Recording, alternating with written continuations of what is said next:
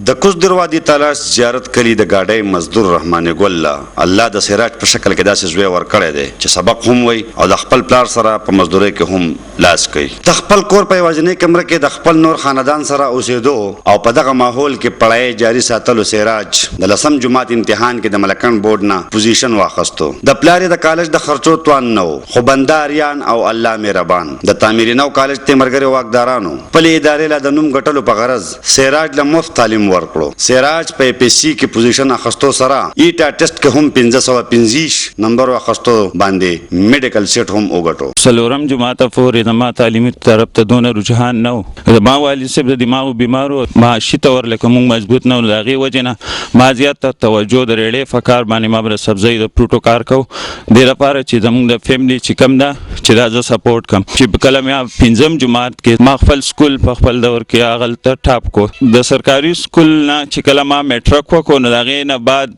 بیا زما ایډمیشن کې لږ رکاوټ ونه و.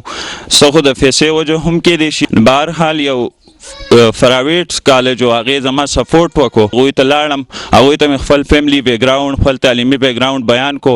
هغوی زما ډېر ښه شان سره استقبال وکړو. ما له ایډمیشن په اف ایس سی کې راکړو. اف ایس سی نه بعد بیا ما اف ایس سی ډېر په ښکلي مارکس سره پاس شو. په 897 مارکسو سره په بورډ کې زما 8 پوزیشن راغی او د هغې نه بعد بیا ما په ایټا ټیسټ کې 523 مارکس حاصل کړه. او یقینا دا زما یقین دی چې په خیبر میډیکل کالج کې به زما ایډمیشن کنفرم وي. که په اوپن ونه شي نو په دیر په سیټ باندې کېدی شي چې زما چانس جوړ شي. کله چې بورډ کې زما 8 پوزیشن راغی نو پنجاب حکومت زما سپورټ وکړو او ما له لیپټاپ راکړو. هغې سره زما ډېره حوصله افزایي وشوه. د الله له طرف نه هم زه دا ډېره شکریه ادا کوم او چا چې زما په دې تعلیمي میدان کې مدد کړی. خو یو صوبه خیبر پښتونخوا نه زه دا اپیل کوم چې هغه زما مخکې او وړاندې زما په دې تعلیمي میدان کې زما سره مرسته وکړي. او زه دا غواړم چې زه د خپل ملک او قوم د خپل کلي د خپلو خلکو خدمت وکړم. د سراج پلار چې د تلاش بازار کې د گاډۍ مزدوري کوي او همدغه کاروبار د خاندان د روزۍ او د سبق د خرچې پوره کولو ذریعه ده. ما شپږ بچي دي چې شپږ بچو ډېر غریبۍ کې ګاډۍ په پیسو غریبۍ کې خپل سبق ووایم خپل سبق حاصل وم.